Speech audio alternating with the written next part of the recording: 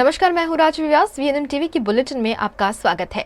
देश, दुनिया और शहर जिलों की खबरों से पहले आइए नजर डालते हैं वीएनएम हेडलाइंस पर।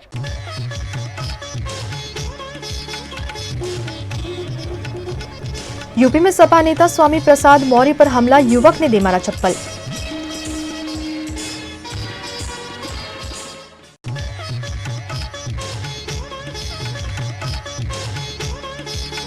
गुजरात के 28वें सप्ताह की प्रेग्नेंट रेप विक्टिम का अबॉर्शन की इजाजत, सुप्रीम कोर्ट ने किया फैसला।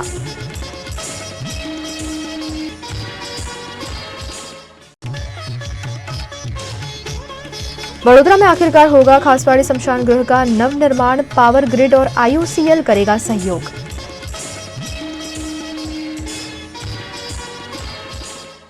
उत्तर प्रदेश में आयोजित सपा के पिछड़ा वर्ग सम्मेलन में एक युवक ने सपा नेता स्वामी प्रसाद मौर्य पर हमला कर दिया और उनकी तरफ जूता फेंका, जिससे मौके पर हड़कंप मच गया। उत्तर प्रदेश की राजधानी लखनऊ में समाजवादी पार्टी के पिछड़ा वर्ग सम्मेलन में एक युवक ने सपा नेता स्वामी प्रसाद मौर्य पर हमला कर दिया। उसने स्वामी प्रसाद पर जूता भी फेंका। इससे सम्मेलन में हंगामा मच गया। सपा कार्यकर्ताओं ने युवक को पकड़ लिया और जमकर पिटाई कर दी। युवक की पहचान आशीष सैनी के रूप में हुई है। उसका कहना है कि वो हिंदू धर्म के बारे में की गई स्वामी प्रसाद मौर्य की टिप्पणियों से आहत था। पुलिस उसे गिरफ्तार कर विभूति खंड थाने ले गई है। हमला करने वाला युवक वकील के वेशभूषा में था। लखनऊ के इंदिरा गांधी प्रतिष्ठान में समाजवादी पार्टी की तरफ से पिछड़ा वर्ग सम्मेलन आयोजित किया गया था। सम्मेलन के दौरान ही युवक ने स्वामी प्रसाद की तरफ जूता फेंका और उन पर हमला कर दिया, जिससे वहां हंगामा मच गया। पुलिस ने युवक को गिरफ्तार कर लिया और उसे सपा कार्यकर्ताओं से बचाकर विभूति खंड थाने ले गई। मामले में पूछताछ की जा रही है। स्वामी प्रसाद मौर्य बीते कुछ समय से हिंदू धर्म को लेकर विवादित टिप्पणी कर रहे हैं, जिसके कारण वह सत्तारूढ़ दल भाजपा सहित कई धर्म गुरुओं के निशान पर है। उन्होंने रामचरितमानस की चौपाइयों पर सवाल उठाए और अनगढ़ टिप्पणियां की हैं। हाईकोर्ट से न्याय नहीं मिलने पर सुप्रीम कोर्ट पहुंची रेप पीड़िता को अबॉर्शन की इजाजत सुप्रीम कोर्ट ने दे दी है। गुजरात की रहने वाली 28वें हफ्ते की प्रेग्नेंट रेप विक्टिम को सुप्रीम कोर्ट ने आज सोमवार को अबॉर्शन की इजाजत दे दी। महिला ने पहले हाईकोर्ट का दरवाजा खटखटाया था। कोर्ट ने बिना कारण बताए 17 अगस्त को उसकी याचिका खारिज कर दी। इसके बाद पीड़ित 19 अगस्त को सुप्रीम कोर्ट पहुंची। उसी दिन गुजरात हाईकोर्ट ने स्वतः संज्ञान लेते हुए एक ऑर्डर जारी किया, जिसमें लिखा कि उन्होंने पीड़ित पक्ष की याचिका खारिज करते हुए उनसे पूछा था कि क्या वो बच्चे को जन्म देकर उसे स्टेट को सौंपना चाहती है। गुजरात हाईकोर्ट का यह ऑर्डर देख सुप्रीम कोर्ट की जस्टिस नागरत्ना काफी नाराज हुई। उन्होंने कहा, सुप्रीम कोर्ट के किसी आदेश के जवाब में हाईकोर्ट से कुछ ऑर्डर आता है, इसे हम सही नहीं मानते। गुजरात हाईकोर्ट में ये क्या हो रहा है। सुप्रीम कोर्ट ने आगे कहा, एक महिला का दुष्कर्म होना अपने आप में कष्टदायक है। इसके बाद अगर वो प्रेग्नेंट हो जाए तो ये पुराने घावों की याद दिलाता रहता है। ऐसे में हम मेडिकल रिपोर्ट के अनुसार विक्टिम को अबॉर्शन की इजाजत देते हैं। कोर्ट पीड़ित को मंगलवार को अस्पताल जाने के निर्देश देती है ताकि अबॉर्शन की प्रोसेस को पूरा किया जा सके। गुजरात के वडोदरा में लंबे अरसे से खासवाड़ी शमशान के नवीनीकरण की मांग की जा रही थी, जो आखिरकार शुरू किया गया है। गुजरात के वडोदरा में बहुचराची रोड पर खासवाड़ी शमशान गृह है, जिसकी खस्ताहाल स्थिति पर लंबे अरसे से आवाज उठाई जा रही थी और मरम्मत की मांग की जा रही थी। आखिरकार अब वडोदरा महानगर पालिका द्वारा power grid corporation of India limited और इंडियन ऑयल कॉरपोरेशन लिमिटेड के सहयोग से खासवाड़ी शमशान गृह का नवीनीकरण शुरू किया गया है, जो 15.50 करोड़ की लागत से पूरा किया जाएगा। इस मौके पर वडोदरा के विधायक और गुजरात सरकार के मुख्य दंडक बालकृष्ण शुक्ल, वडोदरा की सांसद Ranjanben Bhatt, mayor Nilesh Rathod, municipal commissioner Dilip Rana, स्थायी committee chairman doctor Hitendra Patel और स्थानीय नगर सेवकों की उपस्थिति रही। आज एक खुशी का माहौल है, इसीलिए है कि ये मोक्षधाम हम सब ने जन्म लिया है तो भगवान के पास तो जाना ही है, लेकिन इस मोक्षधाम जो इतना सुंदर बनने जा रहा है तो सबने अपना अपना योगदान देके यहाँ पे हाजिरी दी है। मैं बहुत अभिनंदन करती हूँ पावर ग्रिड का और बहुत अभिनंदन करती हूँ आईओसीएल का कि इतनी बड़ी मातबर रकम इस कंपनी ने अपने CSR माध्यम से ये मोक्षधाम बनाने के लिए दी है। आज जब हमारे बड़ौदा शहर की लोकप्रिय सांसद श्रीमती रंजनबेन भट्ट के प्रयत्नों द्वारा पावर ग्रिड कॉरपोरेशन और आईओसीएल के CSR फंड में से 15 करोड़ रुपए से भी ज्यादा लागत से ये स्मशान का नूतनीकरण का शुभारंभ आज हुआ है, इसके लिए मैं हमारे सांसद Shrimati Ranjanben Bhatt, power grid corporation और आईओसीएल का तहे दिल से आभार मानता हूँ। और आपके माध्यम से सभी बड़ौदा वासियों को विनती करता हूँ कि कॉरपोरेशन द्वारा ये जो प्रोजेक्ट है ये 1.5 साल चलने वाला प्रोजेक्ट है और चूंकि मराठी समाज के सब विधि स्मशान में ही होते हैं और विश्वामित्री नदी में तर्पण करने का भी विधि स्मशान में ही होता है, तो आपके माध्यम से समाज के सभी लोगों को और साथ में मराठी समाज के सभी लोगों को विनती करता हूँ कि ये थोड़ा सा अगर हमें कष्ट होता है तो वो सहन करके हम सभी कॉरपोरेशन के इस प्रोजेक्ट को हम सहकार दें, ताकि जल्द व जल्द ये स्मशान गृह नूतनीकरण हो जाए और हमारे जो रिलेटिव अंतिम संस्कार में हमें कोई इसके लिए तकलीफ न हो। लंबे अरसे से चांद पर पहुंचने का सपना देखने वाला भारत अब इतिहास रचने के बिल्कुल करीब पहुंच गया है। रूस का लूना 25 स्पेसक्राफ्ट क्रैश हो गया है। अब अगर भारत का चंद्रयान 3 मिशन सक्सेसफुल होता है तो वो चंद्रमा के साउथ पोल पर उतरने वाला पहला देश बन जाएगा। चंद्रयान 3 को 23 अगस्त को शाम 6:04 पर 25 किलोमीटर की ऊंचाई से लैंड कराने की कोशिश की जाएगी। चंद्रयान 3 का दूसरा और फाइनल डिबूस्टिंग ऑपरेशन रविवार रात 1:50 पर पूरा हुआ था। इस ऑपरेशन के बाद लैंडर की चंद्रमा से न्यूनतम दूरी 25 किलोमीटर और अधिकतम दूरी 134 किलोमीटर रह गई है। डिबूस्टिंग में स्पेसक्राफ्ट की स्पीड को धीमा किया जाता है। इसरो यानी इंडियन स्पेस रिसर्च ऑर्गेनाइजेशन ने सोमवार को बताया कि उसने चंद्रयान 2 मिशन के ऑर्बिटर और चंद्रयान 3 के लैंडर के बीच संपर्क स्थापित कर दिया है। टू वे कम्युनिकेशन के स्थापित होने के बाद ऑर्बिटर ने लैंडर से कहा, स्वागत है दोस्त। इसरो ने चंद्रमा के फॉर साइड यानी ऐसा इलाका जो पृथ्वी से कभी नहीं दिखता, उसकी तस्वीरें शेयर की हैं। इसे चंद्रयान 3 में लगे lander hazard detection and avoidance कैमरे से 19 अगस्त 2023 को खींचा गया है। ये कैमरा लैंडर को सेफ लैंडिंग एरिया लोकेट करने में मदद करेगा, यानी ऐसा इलाका जहां बड़े पत्थर और गड्ढे न हों। वर्ल्ड कप से पहले खेले जाने वाला एशिया कप भारतीय टीम के लिए काफी अहम है। एशिया कप के लिए खिलाड़ियों के नामों की घोषणा आज कर दी गई है। एशिया कप के लिए बीसीसीआई ने आज सोमवार को टीम इंडिया का ऐलान कर दिया है। टीम की कप्तानी रोहित शर्मा के पास ही है। हार्दिक पांड्या टीम के उपकप्तान होंगे। Wicketkeeper K L Rahul, batter Shreyas Iyer, तेज गेंदबाज जसप्रीत बुमराह और प्रसिद्ध कृष्ण की वापसी हुई है। वहीं स्पिनर युजवेंद्र चहल को टीम में जगह नहीं मिली है। सबसे चर्चित नंबर 4 की पोजीशन पर श्रेयस के साथ बैटर सूर्य कुमार यादव और 20 साल के तिलक वर्मा का भी सिलेक्शन हुआ है। एशिया कप के लिए 17 सदस्यीय स्क्वाड जारी किया गया है। वहीं संजू सैमसन रिजर्व प्लेयर के रूप में टीम के साथ ट्रैवल करेंगे।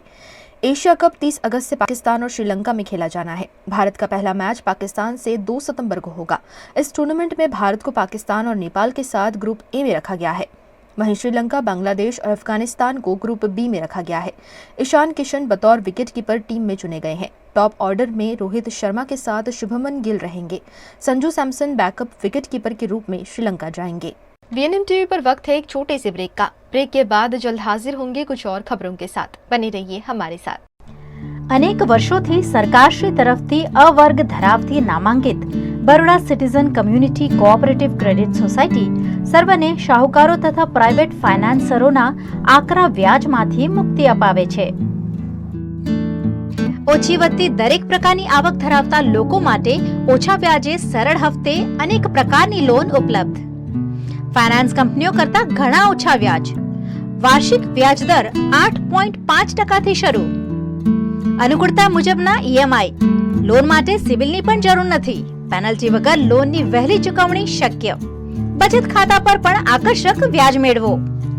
तुरंत संपर्क करो Baroda citizen community cooperative credit society limited, 203B Ivory terrace, circuit house ની સામે અલકાપુરી, વડોદરા। WhatsApp number 9327109414।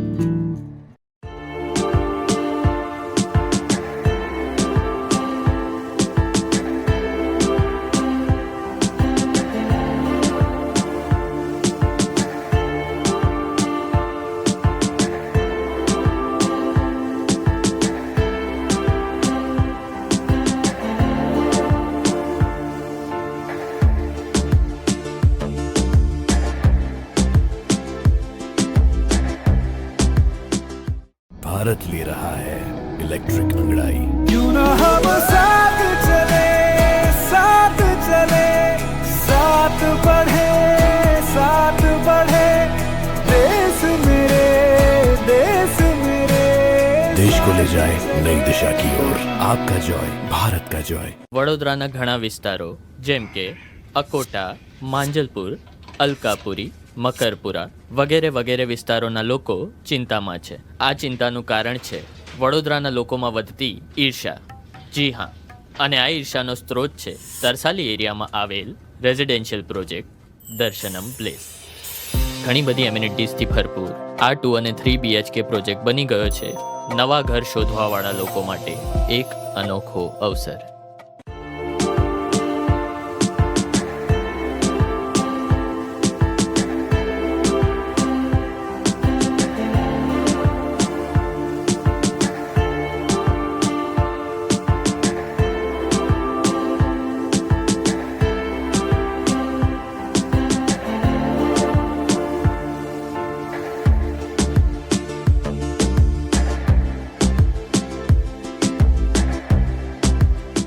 भारत ले रहा है इलेक्ट्रिक अंगड़ाई. क्यों ना हम साथ चले, साथ चले, साथ बढ़े, साथ बढ़े, देश मेरे, देश मेरे. देश को ले जाए नई दिशा की ओर. आपका जॉय भारत का जॉय. गुजरात के वडोदरा के नट्टूभाई सर्कल पर स्थित पशाभाई पार्क में वृंदावन एस्टेट में एक मकान मालिक महिला ने सफाई कर्मचारी पर चाकू से हमला कर दिया. वडोदरा के नट्टूभाई सर्कल निकट पशाभाई पार्क है, जहां अलग अलग एस्टेट में कई परिवार रहते हैं. पशाभाई पार्क के वृंदावन एस्टेट में रहने वाली दीप्ति नामक एक महिला ने सालों से यहां सफाई का काम करने वाले कर्मचारी पर चाकू से हमला कर दिया. रमेश हरिजन नामक यह शख्स चाकू के हमले से काफी घायल हुआ है, जिसे इलाज हेतु अस्पताल में भर्ती कराया गया है. घटना को लेकर वृंदावन एस्टेट के चेयरमैन गिरीश ठक्कर और वहां रहने वाली रश्मिका ब्रह्मभट्ट जैसे निवासियों ने मामले पर कड़ी आपत्ति जताई है. आज सुबह में जब हम लोग हमारे रूटीन काम में थे, मैं भी मेरी जॉब के लिए रेडी हो रहा था 9 बजे के करीब आसपास, और बाहर से रमेश भाई पूरे लोहे भरे मतलब कपड़े पूरे खून से लथपथ थे, और वो पहले अनिल भाई को बुलाए, हमारे जो सेक्रेटरी है सोसाइटी के, उसको बुलाए, बूम लगाई. वो लोग ऐसे भागते हुए सोसाइटी में आ रहे थे. मैंने भी पूछा कि क्या हुआ, प्रॉब्लम क्या हुआ है, इनको क्या दिक्कत है, ऐसे लोहे क्या कहाँ से आया सब. तो उसने पूरी हिस्ट्री बताई कि सर ऐसा ऐसा था. मैं यहाँ गया तो ये जो E6 में दीप्ति बहन रहती है, वो मेरे को यहाँ बुला, ये कचरा उठा, वो कचरा वो सोसाइटी के बाहर कहीं. तो फिर बाद में वो उसने मना किया, तो उसके ऊपर चाकू से कुछ अटैक किया, ऐसा करके हमको बताया. फिर हमने 108 को फ़ोन किया, 100 नंबर पे फ़ोन किया. तो जो दीप्ति बहन थी, दीप्ति बहन को अभी लेडीज़ पुलिस ले गई है, उसके साथ में जो चाकू वगैरह भी था वो भी ले गई है, वो जब्त कर लिया है. अभी वो दीप्ति पुलिस स्टेशन में ही है. पशाभाई पार्क हमारी बहुत सोफिस्टिकेटेड सोसाइटी है, ऐसा आज तक कुछ भी नहीं हुआ. हम एक दूसरे से बहुत भाईचारे से रहते हैं. इनको भी ये उम्मीद नहीं थी कि ऐसा कुछ होगा. वो लड़की भी 8-9 साल से रह रही है, थोड़ी साइको है हमें ऐसा लगता है. और आज जिस तरह से उसने इनके ऊपर हमला किया, अभी हम उसको रहने नहीं देंगे. उसके ऊपर हम पुलिस को रिटर्न में देंगे कि अभी हम उसको यहाँ रहने नहीं देंगे. गुजरात के वडोदरा शहर में जायडस हॉस्पिटल द्वारा वर्ल्ड सीनियर सिटीजन डे के उपलक्ष्य में वरिष्ठ नागरिकों के वेलफेयर के लिए एक खास पहल पर्पल प्राइम के रूप में की गई है.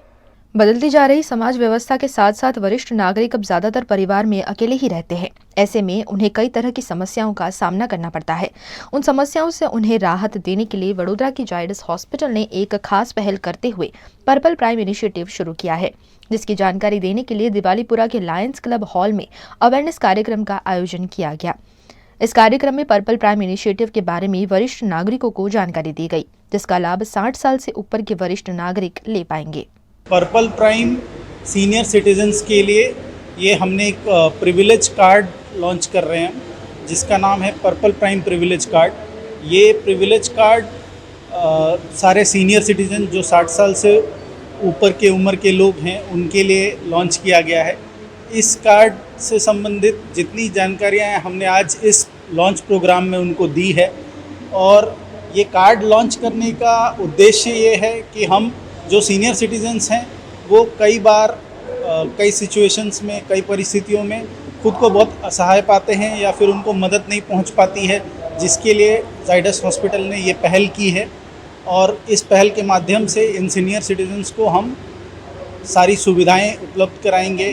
कुछ डिस्काउंट्स भी है इस कार्ड में, जो सीनियर सिटीजन्स जब हेल्थ केयर से रिलेटेड सुविधाएं लेंगे हॉस्पिटल में तो उनको वो डिस्काउंट्स हम देंगे. उसके अलावा काफ़ी सारी हेल्पलाइन एक हमने क्रिएट की है, जिसमें उनको उनकी मानसिक रूप से जो लोग ये होते हैं, मतलब उनको थोड़ी सी तकलीफ़ होती है, तो वो हेल्पलाइन में फ़ोन करके हम उनको गाइड करेंगे कैसे आपको रहना है, कैसे करना है, आगे की ज़िंदगी कैसे गुजारनी है. इस तरह से हम उनकी इस हेल्पलाइन के थ्रू मदद करेंगे. मध्य प्रदेश भारत का अजब गजब राज्य है, जहां नए नए कारनामे हमेशा सामने आते हैं। ऐसा ही एक और अनोखा कारनामा मंदसौर में सामने आया है, जहां गधों को गुलाब जामुन खिलाए गए। सुनकर आप भी चौंक गए ना? दरअसल मध्य प्रदेश के मंदसौर में सामान्य से भी बहुत कम बारिश हुई है और उसके चलते किसानों की फसलें सूखने लगी है। बारिश को लेकर 2 दिन पूर्व मध्य प्रदेश के मंदसौर के शमशान में टोटका किया गया था और गधे पर एक व्यक्ति को उल्टा बिठाकर पूरे शमशान के चक्कर लगाए गए थे और टोटके के बाद मंदसौर और आसपास के क्षेत्र में जोरदार बारिश हुई है। बस फिर क्या था, खुश हुए लोगों ने गधों को माला पहनाकर गुलाब जामुन खिलाए। गधे भी अचानक मिली इस ट्रीट का जमकर लुत्फ उठाते हुए देखे गए। घोड़ों को नहीं मिल रही घास और गधे खा रहे हैं गुलाब जामुन। ये कहावत भी गधों को गुलाब जामुन खिलाने के चलते चरितार्थ हुई है। इस वीडियो को देखकर देश भर के लोग भी काफी हैरत में पड़ रहे हैं। अभी हाल ही में 3 दिन पहले गुरुवार के दिन की रात को मिट्टी धाम जहाँ पे शमशान है, वहाँ पर हम गधों को लेके घर के पूजा अर्चना होती है। तो ये पूजा पहले गुप्त होती थी। मालवा क्षेत्र के अंदर एक कहावत है कि यहाँ पे जो भी क्रिया की जाती है उसको भगवान इंद्र प्रसन्न होते हैं और अच्छी क्षेत्र में बारिश की जाती है। हमारे पूर्वजों ने हमको बताया कि इस तरीके की पूजा अर्चना करने से बारिश होती है, तो हमने भी उस क्रिया को अपनाया। उसका परिणाम हुआ कि 3 दिन बाद बारिश हुई अच्छी, जिससे किसानों के चेहरे पे खुशियां आए, व्यापारियों के चेहरे पे खुशियां आए। उस खुशी को देखते हुए और इंद्र देवता ने जो कृपा की, उसके लिए आज हमने 1.25 किलो गुलाब जामुन गधों को, ताकि ये मैसेज जाए कि इंसान की भी सुन रहा भगवान और इन जानवरों की भी सुन रहा। कहीं ना कहीं आज इन गधों ने जो कार्य किया है उसकी वजह से सबके चेहरे पे खुशी है। गधे गुलाब जामुन नहीं खाते, लेकिन गधे गुलाब जामुन भी खाते हैं और क्षेत्र में इंद्र देवता की अगर कृपा रहती तो अच्छी बारिश भी होती है। उत्तराखंड में गंगोत्री उत्तरकाशी की ओर आ रही एक यात्री बस गंगोत्री राष्ट्रीय राजमार्ग पर गंगनानी के पास दुर्घटनाग्रस्त हो गई है। गाड़ी में करीब 32 से 33 लोग सवार थे, जिनमें से गुजरात के भावनगर के 7 लोगों की मौत हुई है। उत्तरकाशी गंगोत्री राष्ट्रीय राजमार्ग पर गंगनानी के पास श्रद्धालुओं से भरी एक बस गहरी खाई में गिर गई है। इससे 27 लोग घायल हो गए, जबकि भावनगर के 7 की मौत हो गई है। बस में गुजरात के यात्री सवार थे। एसडीआरएफ के जवानों ने सूचना मिलते ही रेस्क्यू अभियान शुरू किया और घायलों को खाई से निकालकर अस्पताल भिजवाया। 4 बजे डिस्ट्रिक्ट कंट्रोल रूम को एक सूचना मिली कि एक बस है जो कि गंगनानी के समीप दुर्घटनाग्रस्त हो गई है। ये सूचना के तत्काल मिलते ही जो है गंगनानी चौकी, थाना मनेरी की फोर्स और एसडीआरएफ भटवाड़ी जो है मौके पर पहुंचे और तत्काल ही रेस्क्यू ऑपरेशन जो है चालू किया गया। ये अभी तक की मिली सूचना के अनुसार ये जो बस है ये उत्तराखंड नंबर की बस है, UK 07PA 8585 और यात्री जो है गुजरात के बताए जा रहे हैं। तीर्थयात्री गंगोत्री से दर्शन कर लौट रहे थे, तभी बस हादसे का शिकार बनी। भावनगर के यात्रियों को उत्तराखंड की यात्रा करवा रही ये बस 1500 फीट गहरी खाई में गिरी थी। भावनगर के यात्री बस में सवार होकर 4 धाम की यात्रा पर गए थे।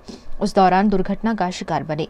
मृतकों की मौत की खबर आते ही कई परिवार में मातम छा गया है। सवारे वहेला 6 वागे निकला અને અત્યારે ત્યાં પરિસ્થિતિ ખરાબ છે। હરિદ્વાર પછી યમનોત્રી બધા દર્શન કરીને આવતા હતા, ગંગોત્રી રિટર્નમાં આવતા હતા।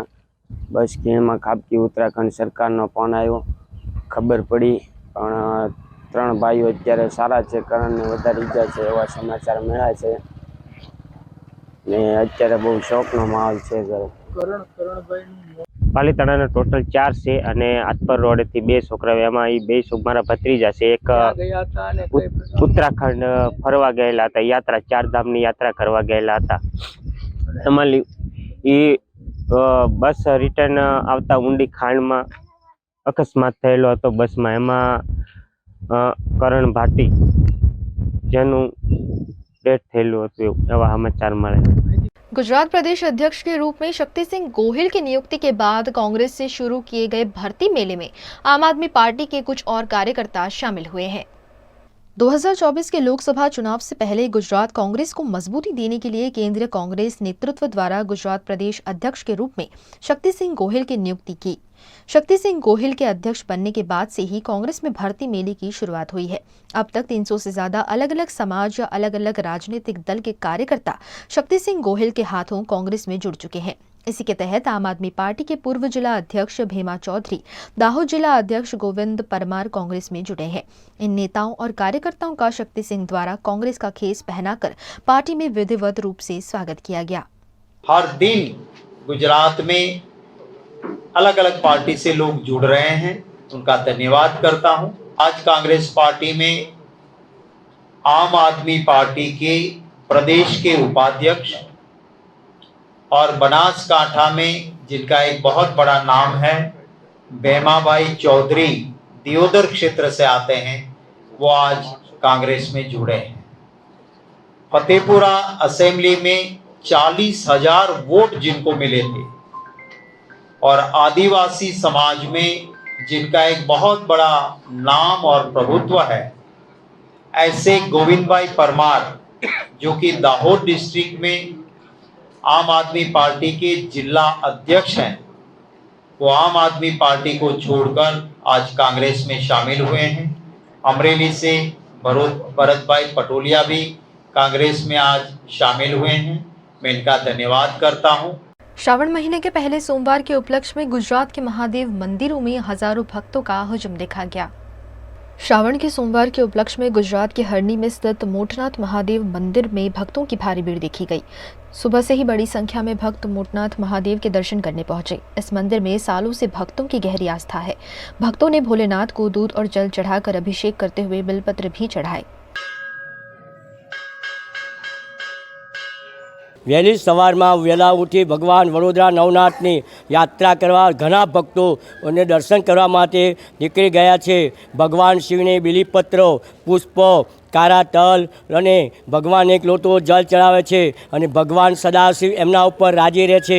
નવે નવ ગ્રહના રાજા મહાદેવ છે અને જે કોઈ ભોળાનાથની આ કળિયુગની અંદર ભગવાનની ભક્તિ કરે છે એમને સદાશિવ મહાદેવ ભોળાનાથ નવે નવ આશીર્વાદ અને ભગવાનના આશીર્વાદથી સદાશિવ સુખી રહે છે। बड़ोदरा के मांजलपुर में प्रसिद्ध कुबेरेश्वर महादेव मंदिर है, जहां आज सुबह से ही शिव भक्तों की भीड़ देखी गई। भक्तों ने शिव जी की पूजा अर्चना कर मंगल कामना की। महादेव जी को भोलेनाथ भी कहा जाता है और उनकी कृपा से वारे न्यारे हो जाते हैं। ऐसे में शिव जी का प्रिय धान चावल उन्हें अर्पण किया गया। सावन महीने की शुरुआत के साथ ही सूरत के शिव मंदिरों में भावी भक्तों की भीड़ देखी गई। सूरत के शिव मंदिरों में हर हर महादेव के जयकारे गूंजते हुए देखने मिले। सूरत के अडाजन पालक इलाके में पारेश्वर महादेव मंदिर है, जहां आज सुबह से ही भक्तों की भीड़ देखी गई। भक्तों ने कतारों में लगकर भोलेनाथ को रिझाने की कोशिश की। पूरे देश में पारे से बना हुआ सबसे बड़ा शिवलिंग सूरत में है। पारे को भगवान शिव का वीर्य कहा जाता है। शास्त्रों में पारे के शिवलिंग की पूजा को लेकर कई तरह के उल्लेख देखने मिलते हैं। ऐसे में आज बड़ी संख्या में भक्त पारेश्वर महादेव मंदिर के दर्शन के लिए पहुंचे।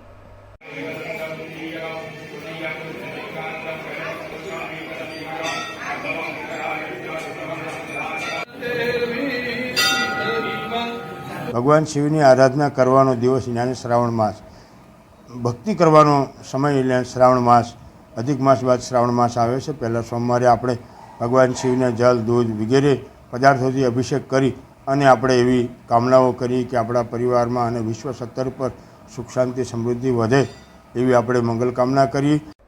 गुजराती श्रावण महीने के पहले सोमवार के उपलक्ष्य में आज राज्य भर के शिवालयों में सुबह से ही भक्तों की कतारें देखने मिली। आज श्रावण महीने का पहला सोमवार है। श्रावण महीने में शिव जी की भक्ति की हिंदू धर्म में पुरानी परंपरा है और सोमवार को शिव जी का वार माना जाता है। ऐसे में आज पूरे राज्य के शिवालयों में सुबह 4 बजे से ही भक्तों की कतारें देखी गई। गुजरात का अति प्रसिद्ध सोमनाथ ज्योतिर्लिंग सभी 12 ज्योतिर्लिंगों में पहले स्थान पर है। इस मंदिर के बारे में कहा जाता है कि इसका निर्माण स्वयं चंद्रदेव ने किया था। यह ज्योतिर्लिंग गुजरात के सौराष्ट्र क्षेत्र के वेरावल बंदरगाह में स्थित है। इसकी महिमा महाभारत, श्रीमद् भगवद गीता, स्कंद पुराण और ऋग्वेद में वर्णित है। सोमनाथ मंदिर असंख्य भक्तों की आस्था का केंद्र है। इसका उल्लेख ऋग्वेद में भी है। कहा जाता है कि श्राप में मुक्ति के बाद चंद्रमा ने भगवान शिव से उनके बनाए शिवलिंग में रहने की प्रार्थना की और तभी से इस शिवलिंग को सोमनाथ ज्योतिर्लिंग में पूजा जाने लगा। माना जाता है कि सोमेश्वर ज्योतिर्लिंग के दर्शन और पूजा से सब पापों से मुक्ति की प्राप्ति हो जाती है। इस स्थान को प्रभास पाटन के नाम से भी जाना जाता है।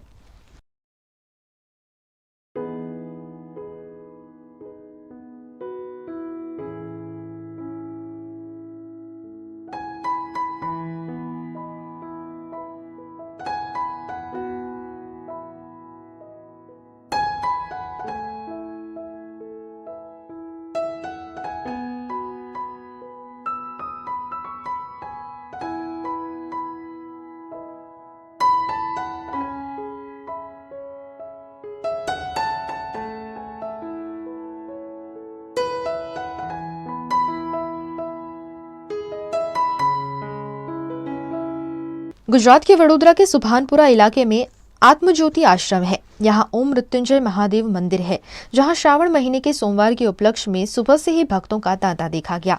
सैकड़ों की संख्या में भक्तों ने महादेव जी के मंदिर पहुंचकर शिवलिंग पर जल, दूध, फल, फूल और बेलपत्र चढ़ाकर मंगल कामना की।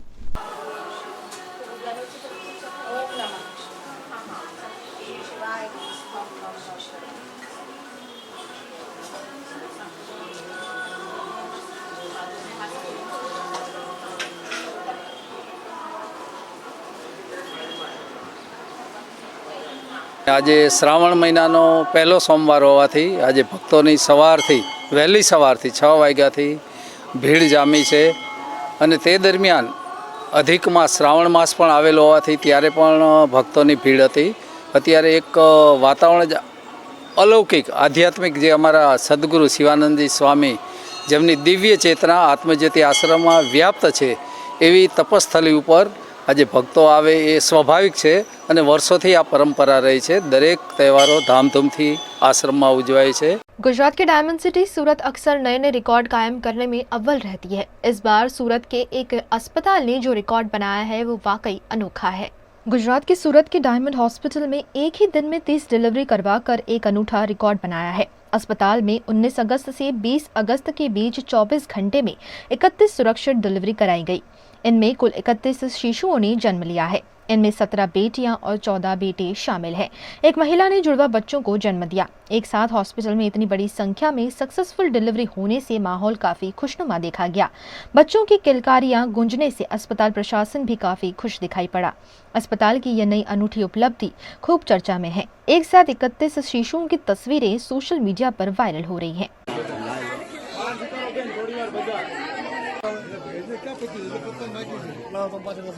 एक ट्रस्ट की ओर से संचालित डायमंड हॉस्पिटल में नॉर्मल डिलीवरी का चार्ज 1800 रुपए है। अगर बेटी का जन्म होता है तो कोई चार्ज नहीं लिया जाता है। सिजेरियन डिलीवरी का चार्ज सिर्फ 5000 रुपए है। अगर इस अस्पताल में किसी दंपति की एक से अधिक बेटियां पैदा होती हैं तो अस्पताल की ओर से प्रत्येक बेटी को 1 लाख रुपए का बॉन्ड दिया जाता है। अब तक 2000 बेटियों को 20 करोड़ के बॉन्ड दिए जा चुके हैं। भारत सरकार की बेटी बचाओ बेटी पढ़ाओ योजना में भाग लेकर अस्पताल समाज के लिए एक नया मील का पत्थर बन रहा है। डायमंड एसोसिएशन संचालित मातुश्री रामुबा तेजाणी मातुश्री शांताबा विरेडिया डायमंड हॉस्पिटलनी अंदर आज खूब खुशीनो माहौल है। आज आ हॉस्पिटलनी अंदर राहत दरे 1000 करता वधारे पेशेंटों पर डेली सेवानो आरोग्य सेवानो लाभ लई रह्या छे। आज विशेष दिवस ए माटे छे कि आ हॉस्पिटलनी अंदर आज 31 डिलीवरी एक साथे थई छे। एनी साथे वधारे खुशी ए बाबतनी छे कि भारत सरकार अने गुजरात सरकार जे प्रमाणे बेटी बचाओ अभियान चलावे छे तो आ रेशियो 17 दीकरीओ अने 14 बाळकोनो जन्म थयो छे। એટલે દીકરીઓનો રેશિયો વધારે છે અને આ તમામ બીજી જન્મેલી દીકરીઓને અમે 1 લાખ રૂપિયાના બોન્ડ પણ સુરત ડાયમંડ હોસ્પિટલ તરફથી અમે આપીએ છીએ। જે એક દિવસની અંદર 31 ડિલિવરી કરવી ખૂબ મુશ્કેલ કામ હોય છે, પણ ખૂબ સરળ રીતે આરોગ્ય સેવા પૂરી પાડવા બદલ અમને એઝ એ ટ્રસ્ટી તરીકે અમને સૌને બાબતનો ગૌરવ છે કે અમે જે ધ્યેય માટે અને જે ઉદ્દેશ માટે આ હોસ્પિટલનું નિર્માણ કર્યું એ અમને એની અંદર સફળતા મળતી હોય એવું આજે દેખાઈ રહ્યું છે। पवित्र श्रावण मास के उपलक्ष्य में श्रद्धालुओं द्वारा भक्ति भाव से कावड़ यात्रा निकाली जा रही है। श्रावण मास अपने अंतिम चरण पर है। यूपी के रामपुर में अगले हफ्ते सोमवार को कावड़ यात्रा समाप्त कर दी जाएगी, जिसके चलते आज रोडवेज पर बड़ी संख्या में कावड़िए नजर आए। भारी भीड़ के चलते शासन प्रशासन मुस्तैद रहा। बसें आने जाने का रास्ता बंद कर दिया गया और मान सम्मान के साथ कावड़ यात्रा निकाली गई।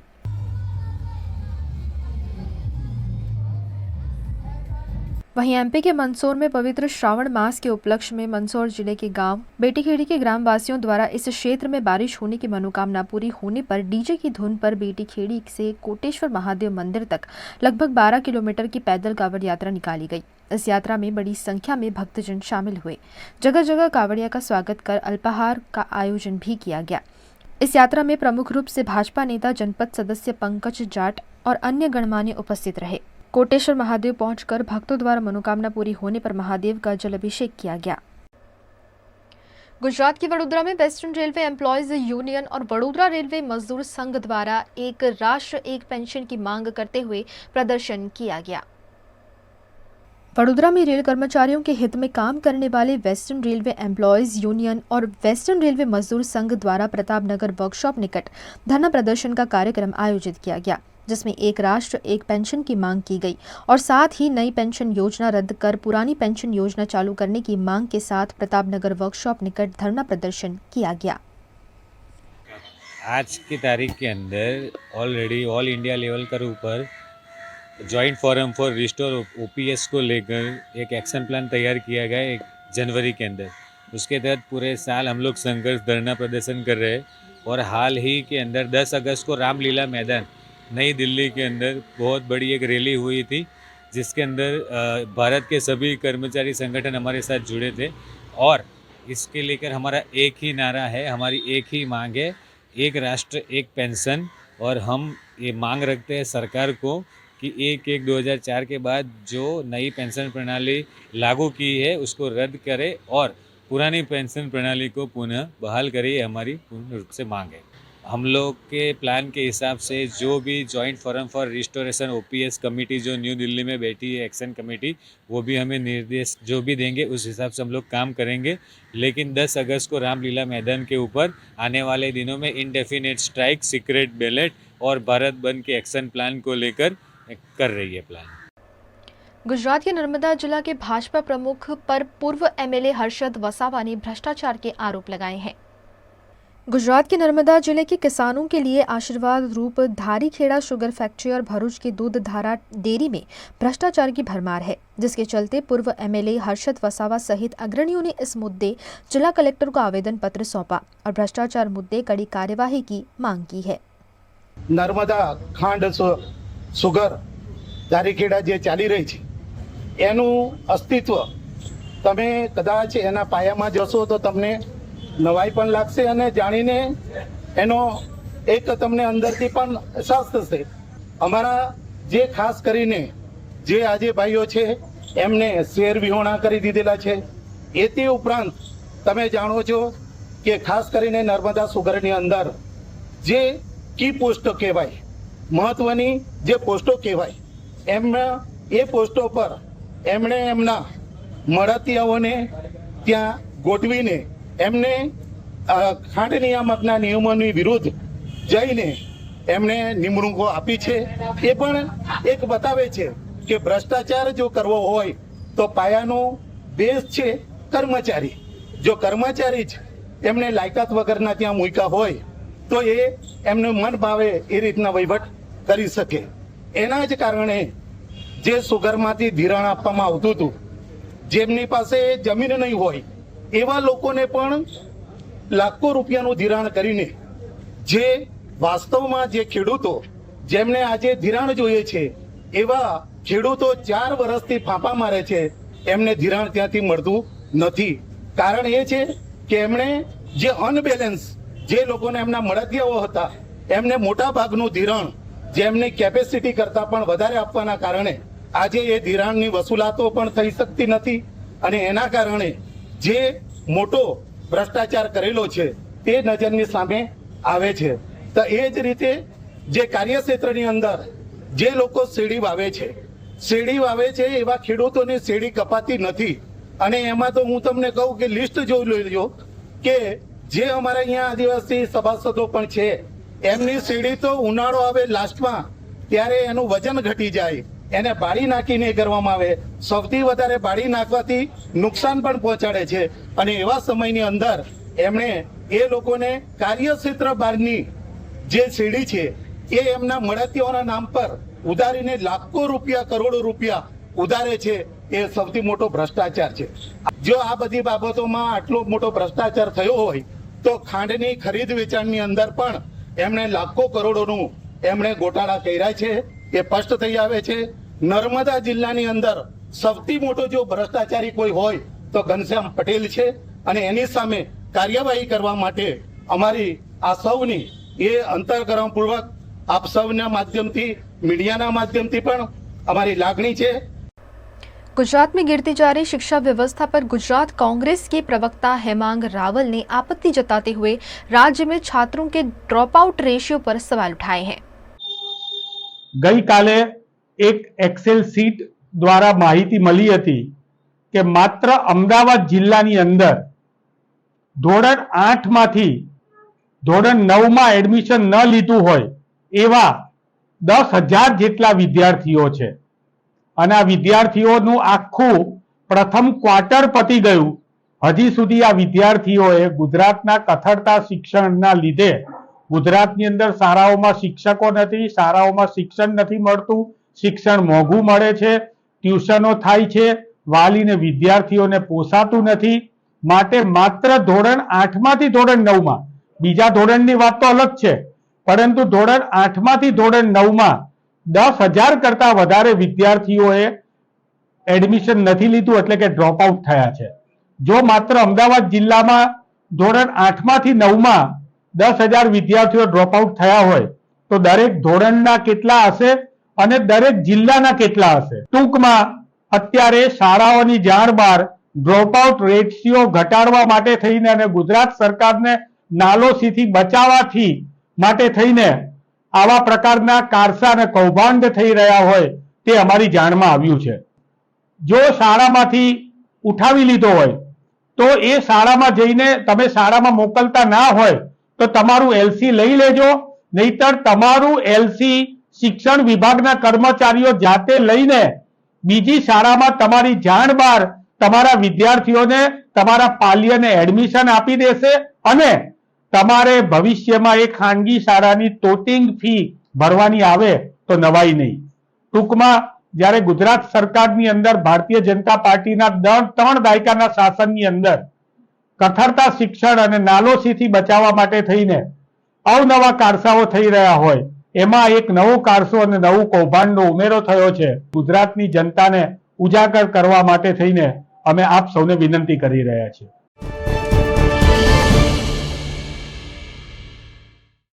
हम अकेले नहीं हैं, पर तुम्हारे बिना अकेलापन जरूर है। आज आप सोचेंगे कि मैं गुलजार की शायरियों में क्यों बात कर रही हूँ। वो इसलिए कि आज देश दुनिया एक खास दिवस मना रही है और वो है वर्ल्ड सीनियर सिटीजन्स डे, वरिष्ठ नागरिकों का दिवस। वरिष्ठ नागरिक हम सबके घर में होते हैं और हमारे बेहद चहीते भी होते हैं। दादा दादी, नाना नानी, मम्मी पापा, ये सारे लोग अगर ना हो तो हमारा जीवन जो है बहुत अधूरा सा है। लेकिन लाइफस्टाइल इतनी बदल गई है आज के कॉम्पिटिटिव वर्ल्ड में, अब माता पिता को, दादा दादी को, नाना नानी को छोड़कर बच्चों को भी विदेशों में स्थायी होना पड़ रहा है। बच्चे तो विदेश चले जाते हैं, अपनी जिंदगी अपनी दुनिया बसा लेते हैं, लेकिन यहाँ उन्होंने जिन्हें पीछे छोड़ा है वो क्या करते हैं, वो क्या सोचते हैं, वो कितना उन्हें याद करते हैं और कितना ये फील करते हैं कि काश वो हमारे साथ होते, हमारे बच्चे हमारे साथ होते, या वो अपनी जिंदगी में खुश हैं तो ये वरिष्ठ नागरिक खुश है कि नहीं।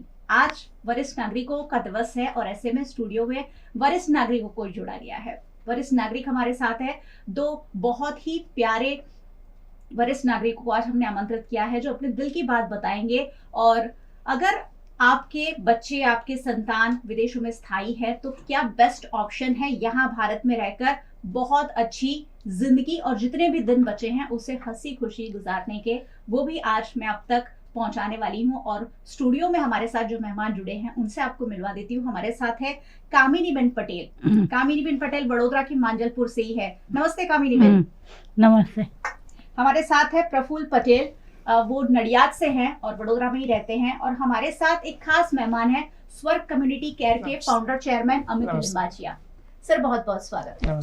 स्वर्ग कम्युनिटी केयर कैसे काम करता है वो भी मैं आपको आगे जरूर बताऊंगी, लेकिन सबसे पहले मैं बात करूंगी कामिनीबेन से। एक बहुत ही इनोसेंट सा चेहरा। कामिनीबेन ક્યાંના રહેવાસી? અહીંની જ એટલે વિરસદની। હા, અને ક્યારથી કેટલા વર્ષોથી વડોદરામાં રહો છો? 20 વર્ષ થઈ ગયા છે। 20 વર્ષ થઈ ગયા। કોણ કોણ છે પરિવારમાં? પરિવારમાં એટલે પિયરમાં રહેતી હતી, ભાઈ છે, 3 બહેનો છે। બરાબર। અને તમારા સંતાનો? મારા સંતાન તો ઓસ્ટ્રેલિયા છે। ઓસ્ટ્રેલિયા। તમારો દીકરો ઓસ્ટ્રેલિયા છે, શું કરે છે ત્યાં? ત્યાં સુરતનું। અચ્છા। કેટલા વર્ષ થઈ ગયા ઓસ્ટ્રેલિયામાં? ઓસ્ટ્રેલિયા હમણાં જ ગયો. હમણાં જ ગયા. પહેલા ન્યુઝીલેન્ડ હતો. પહેલા ન્યુઝીલેન્ડ હતા. કેટલા વર્ષથી અહીંયાથી ભારતથી દૂર છે? મને ખ્યાલ નહીં બરાબર. બરાબર. ઘણા વર્ષો થઈ ગયા. ક્યારે એવું લાગે છે કે અહીંયા હોત તો સારું, કે એની દુનિયામાં ખુશ છે તો તમે ખુશ છો? એની દુનિયામાં હું રહેશે ખુશ છે. ક્યારેક વારે તહેવારે દીકરાની યાદ આવતી હશે? આવે તો એને જ યાદ આવે. એને જ યાદ આવે. ફોન આવે ખરા? હા, ફોન આવે, રોજ આવે. રોજ ફોન આવે. શું કહે? મમ્મી તારી યાદ આવે છે, ખાના બનાને કા યાદ આવે એવું. કારણ કે મમ્મીના હાથનું જમવાનું તો વિદેशમાં પણ યાદ આવે. रिश्ते हमारे यहाँ भारत में बहुत मजबूत होते हैं और आप भले ही सरहदों को पार कर जाओ, लेकिन रिश्ते जो है, रिश्तों की बारीकाई जो है वो हमेशा ऐसे ही ताजी रहती है. हमारे साथ प्रफुल्ल भाई भी हैं जो नडियाद से हैं और अब स्वर्ग में रहते हैं. प्रफुल्ल भाई, તમારી શું વાત છે, શું કહાની છે, શું સ્ટોરી છે તમારી? મારી સ્ટોરીમાં હું સ્વયં જાતે કામ કરતો હતો મારું. જી. મારો સન બી મને વેલ સપોર્ટેડ છે. બધા અમે સંપીને બધા ઘરમાં રહીએ છીએ. ઘરમાં કોઈનું મારું તારું નથી. મારા બ્રધર બી એન્જિનિયર હતા, એમના મિસિસ છે લંડનમાં છે. અમે બધા જોઈન્ટ ફેમિલીમાં રહેલા છે અને એકબીજાના મંતવ્યો જાણીને આગળ કામ કરીએ છીએ. અને તમારા સંતાન અમેરિકામાં છે? મારા સન અમેરિકા છે. કેટલા વર્ષ થઈ ગયા? એ લગભગ 15 વર્ષ થયા. 15 વર્ષથી અમેરિકા. હા જી. તો ક્યારેક બાળકોની યાદ આવે ખરી? આવે છે ને, મને દર વર્ષે આવે છે, મળવા બી આવે ફોન, અને રોજ પણ મારા પર ફોન भी आवे alternate day. I have to talk with nicely there. अब ऐसा हो गया है कि ज्यादातर विदेशों में पढ़ाई का ट्रेंड है. जब विदेश में पढ़ाई करते हैं वहाँ सेटल भी ज्यादातर लोग हो जाते हैं. बहुत कम लोग हैं जो भारत वापस आते हैं, वहीं ज्यादातर सेटल हो जाते हैं. उनके माता पिता को भी ले जाते हैं, लेकिन वहाँ की जो संस्कृति है, वहाँ का जो कल्चर है, वहाँ का जो रहन सहन है, वो भारतीय संस्कृति से, भारतीय रहन सहन से काफी अलग है. और ऐसे में यहाँ के लोग जो हैं वो शायद विदेशों में जाकर अपने आप को इतना एडजस्ट नहीं कर पाते, खासकर बुजुर्ग नागरिक जिन्होंने हमेशा भारत की एक आजाद मिट्टी में सांस ली है. ऐसे लोगों को यहीं रखा जा, माता पिता नहीं जाना चाहते हैं अगर बच्चे वहां सेटल्ड है तो. और ऐसे में इन बुजुर्ग नागरिकों के लिए एक खास व्यवस्था वडोदरा में बहुत सालों से आपके जरिए, VNM के जरिए पहुंची हुई है. फिर एक बार आज उस पर ही बात करूंगी. स्वर्ग कम्युनिटी केयर, जहां ऐसे ही वरिष्ठ नागरिकों को, बुजुर्गों को रखा जाता है जो अकेले हैं, उनके चिल्ड्रंस जो हैं वो विदेशों में स्थायी हैं. स्वर्ग कम्युनिटी केयर के फाउंडर चेयरमैन अमित लिंबाचे हमारे साथ जुड़े हुए हैं. अमित भाई, बहुत ही उम्दा कॉन्सेप्ट आपने वडोदरा में इंट्रोड्यूस किया, कहाँ से ये ख्याल आया? Thank you madam.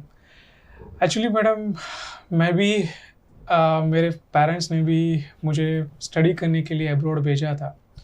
अब्रॉड वहाँ पे गया और वहाँ पे मैंने एज केयर और कम्युनिटी केयर जैसी जो कोर्सेज वगैरह है वो किया था, और वहाँ पे कर रहा था, और उसके साथ साथ मैंने एक्सपीरियंस भी लिया जी. तो एक्सपीरियंस लेने के बाद मुझे वहाँ पे ऐसा लगा कि why can't we start the such type of the facility for senior citizen जिनको बेडिडन है, टर्मिनली इल है, या इमोबाइल है, या फिर ऐसे सीनियर सिटीजन्स कि जिनको करने वाला कोई नहीं है. तो उसके लिए हम लोगों ने 2011-12 में ये जो कॉन्सेप्ट है स्वर्ग जो है कम्युनिटी केयर, उसका कॉन्सेप्ट स्टार्ट किया. स्टार्टिंग में बहुत ही डिफ़िकल्टीज आई क्योंकि सबको ये लग रहा था कि ये टिपिकल ओल्ड एज होम जैसा है. जी जी जी. पर ये old age home type of नहीं है, इसको बोल सकते हैं असिस्टेड लिविंग फैसिलिटी. तो जिनके बच्चे बाहर रहते हैं, जैसे मैं भी रहा हूँ, तो मुझे भी पता है कि पेरेंट्स की याद आती है, उसका खाना याद आता है, उनका जो लव अफेक्शंस है वो सब कुछ याद आता है. तो अगर जब बच्चे वहाँ पे सेटल हो जाते हैं और जब सीनियर सिटीजन्स यहाँ पे अकेले रह जाते हैं, तब उनको करने वाला कोई नहीं होता है. पैसे होते हैं, पावर होता है, पर जो इमोशनल टच होता है वो नहीं होता. तो वी हैव ट्राइड कि ये जो गैप है, वो गैप, फिलिंग द गैप, जो होम है, ओल्ड एज होम है और हॉस्पिटल, उसके बीच का एक ऑप्शन हम लोगों ने ढूंढा है कि ताकि यहाँ पे उनको रहे भी सही, मेडिकल असिस्टेंट भी मिले, फिजिकल असिस्टेंट मिले, उसके साथ साथ 24 hours nursing care, attendance, care takers, doctor, physiotherapy, और जो भी उनको मेडिकल असिस्टेंट की रिक्वायरमेंट होती है वो यहाँ पे मिले. और उसके साथ सबसे इम्पोर्टेंट इनको इमोशनल टच मिले, और इमोशनल टच के साथ साथ जो 3 जो बेसिक चीज़ है, फ्रीडम, चॉइस एंड रिस्पेक्ट, वो उनको मिले, ताकि वो अपनी जो पिछली ज़िंदगी है वो अच्छी तरह स्वर्ग में गुजार सके। बिल्कुल। वरिष्ठ नागरिकों के साथ डील करना थोड़ा सा मुश्किल भी रहता है, क्योंकि कहा जाता है कि जब जैसे जैसे इंसान बड़ा होता है, बूढ़ा होता है, वैसे वैसे बच्चे जैसा हो जाता है, तो कितनी दिक्कतें आती है वो तो मैं अमित भाई से पूछूंगी ही। लेकिन फिर से कामिनी बहन के पास वापस चलूंगी। कामिनी बहन, परिवाરની યાદ આવે કે અહીંયા બધા સ્વર્ગમાં બધાની સાથે રહો, ત્યાં વધારે મજા આવે? અહીંયા રહીએ તો વધારે મજા આવે? કેટલા બધા લોકો છે અહીંયા? ખાસા છે. બધા તમારા જેવા જ છે? હા, ના, મારાથી મોટા હોય એવા. તમારાથી મોટા પણ છે. શું કરો આખો દિવસની ત્યાં દિનચર્યા શું હોય સવારે ઉઠવાથી લઈને? સવારે ઉઠી ભગવાનનું નામ લઈએ, એવું કરીએ, પછી ભજનો સાંભળીએ, પછી ગાયનો સાંભળીએ, એવું બધું, અને પછી એક્ટિવિટી હોય તેમાં જઈએ, પછી કસરત કરીએ, કસરત કરીને બહાર બેસીએ, એવું બધું. અને ત્યાં તમારા જમવાથી લઈને હા, બધુંય નાસ્તો બધુંય સરસ હોય છે. અને સવાર નાસ્તો જ ગરમ ગરમ આવે. बराबर। वरिष्ठ नागरिक, आज मेरे पास शब्द शायद हो सकता है थोड़े से कम पड़ जाए, क्योंकि ये जो टॉपिक है बहुत संजीदा है, बहुत दिल के करीब है, क्योंकि ये जो माजरा है आजकल करीब करीब हर घर में है। क्योंकि अब कहीं पढ़ाई के लिए बच्चे बाहर तो जाते ही हैं, और अगर यहाँ पर भी रह रहे हैं तब भी वरिष्ठ नागरिकों को वृद्धाश्रम में छोड़ने की बारी कई परिवारों की आ जाती है। कारण कुछ भी रहे हो, उसके पीछे नहीं जाएंगे, लेकिन ओल्ड एज होम से एक अलग कॉन्सेप्ट यहाँ इंट्रोड्यूस किया गया है। और बुजुर्ग नागरिक जो हैं, जिनके पास कुछ दिन बचे हैं, कुछ साल बचे हैं, वो खुशी खुशी कैसे बिता सकते हैं, उस पर हर परिवार जरूर कहीं ना कहीं फोकस करता है। बच्चे विदेश में हो तब भी जरूर अपने माता पिता के बारे में सोचते तो होते ही हैं, उनकी केयर करते होते हैं, उन्हें चिंता भी होती है, लेकिन उनकी अपनी एक लाइफ भी होती है जो उन्हें आगे बढ़ानी होती है। वापस चलेंगे प्रफुल्ल भाई के पास। प्रफुल्ल भाई, તમને કેટલી યાદ આવે પરિવારની? એમના બાળકો પણ હશે? છે ને, 2 સન છે. કેટલી વાર તમે જઈ આવ્યા? હું 3 વખત જઈ આવ્યો. અચ્છા, અને કેટલો વખત ત્યાં રહ્યા? પહેલી વખત ગયો ત્યારે 1 વર્ષ રહ્યો, ફરી ગયો ત્યારે 8 મહિના રહ્યો. ત્યાર પછી 8 મહિના મારે પાછો આવવાનું તો મારા મિસિસની તબિયત બગડી, એટલે I have to return my home. तो आपको ऐसा लगता है कि वहाँ का जो कल्चर है, वहाँ का जो क्या आपको नहीं ठीक लग रहा है? आप भी तो परिवार के साथ रह सकते हैं। मेरे को तो अच्छा लगता था, due to my missus I have to leave that. अच्छा, वो नहीं रहे, उन्हें वहाँ नहीं पसंद? नहीं पसंद नहीं, उसकी तबीयत की वजह से आई लेव दैट। क्योंकि वहाँ पर बहुत ठंडी ही can not able to do it. जी जी जी जी। और वहाँ जब रहते हैं आप, तो क्या एक्टिविटी करते थे? क्योंकि वहाँ तो काम करना अलाउड नहीं होता है। काम अलाउड नहीं, पर सीनियर सिटीजन में वो लोग हर वीक को आता है, संडे सैटरडे, तो बस आती थी उसके सीनियर सिटीजन की, सब अलग अलग डेपो में ले जाती थी। अलग अलग एक्टिविटीज होती है, लाइब्रेरी है, संगीत प्रोग्राम है, गार्डन है, वहाँ भी ब्रेकफास्ट देता था सीनियर से, वहाँ से ले जाते, वहाँ से वापस रखती थी। तो अब आपकी वाइफ नहीं है? नहीं, शी इज डाइड। ओके, तो फिर आपने कैसे ये डिसाइड किया कि चलिए अब स्वर्ग में रहने जाते हैं? मेरा सन ने डिसाइड किया कि भाई घर जैसा है, घर में अकेला है, तो सब काम आप अकेले नहीं कर सकते हैं, तो who will look after that. So मेरा सन आके अमित भाई को कांटेक्ट किया और इधर मेरे को एडमिट कर दिया।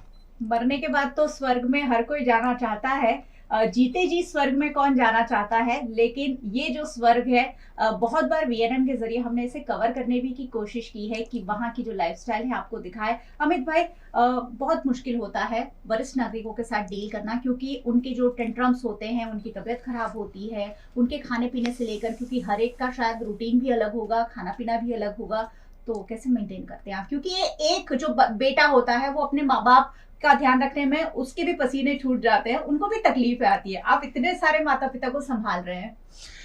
एक्चुअली मैडम, तकलीफें तो आती है, पर कोई भी काम इजी कोई करता है तो इजी काम करने से अच्छा है कोई ऐसा काम करे कि जिसमें ब्लेसिंग भी मिले, और उसके साथ साथ अगर वो अच्छे हो जाए, उसके बाद हमको जो आशीर्वाद मिलता है वो मेरे ख्याल से 1 करोड़ रुपए, 5 करोड़ रुपए, 10 करोड़ रुपए से भी ज़्यादा है।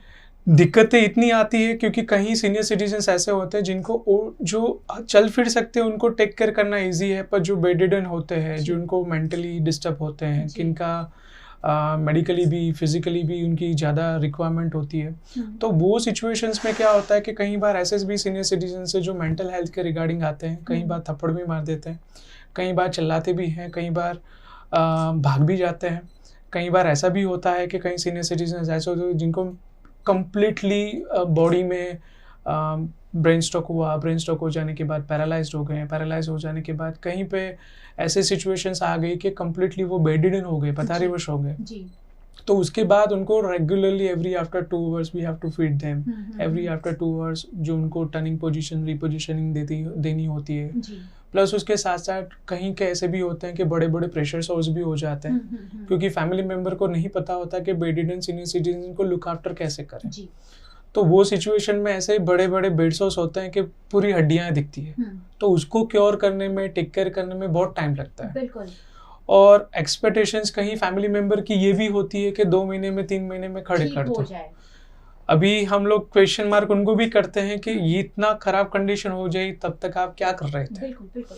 और उसके बाद कहीं ऐसी भी कंडीशंस होती है कि जिसको फिजिकल असिस्टेंट की रिक्वायरमेंट होती है, जिनकी हैवी बॉडी वेट्स होता है, मतलब 100 किलोज के ऊपर होता है। तो हमारे यहाँ पे majority we are working on the women empowerment, तो majority female staffs are working more, but they are more, I would say, more reliable than the men, because उनके पास इमोशनल टच भी होता है और वो डेडिकेशन भी ज़्यादा होता है। और मेरे ख्याल से मेरा इतने साल का एक्सपीरियंस है कि कभी भी वो तूता से या कभी भी वो अपने जो संस्कार है वो कभी इधर उधर नहीं होने देते। पर उसका मेन रीज़न ये भी है कि जैसे वो गुजराती में આપણે કહીએ ને કે મૂળ સારું તો ફળ સારા પાકે, तो जो मूड सारू ना हो तो फल सारा ना पाके।